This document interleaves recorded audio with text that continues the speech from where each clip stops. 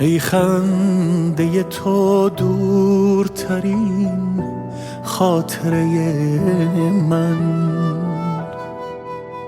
دیدار تو نایابترین منظره من، ای دوری تو نیمه تاریک جهانم، دلتنگی تو آتش افتاده به جانم. بگذار که من تشنه دریای تو باشم، مجنون تو دیده شیدای تو باشم. بگذار پس از این همه دلتنگی و دوری، چون آینه در حال تماشای تو باشم. بگذار پس از این همه دلتنگی و دوری، چون آینه در حال تماشای تو باشم.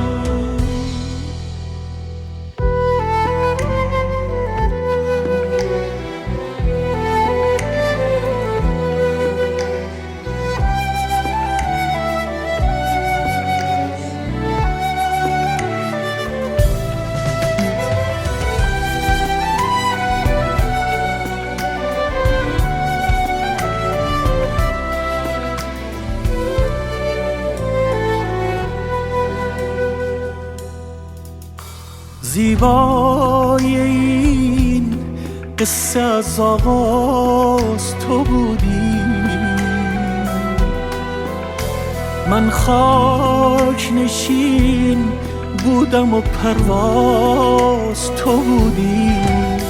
عشق آمد آماده رنج سفرم کرد، هر سو که دویدم به تو نزدیکترم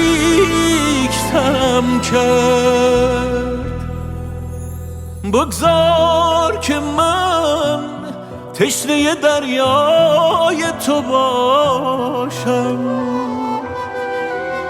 مجنون تو دیده شیدای تو باشم.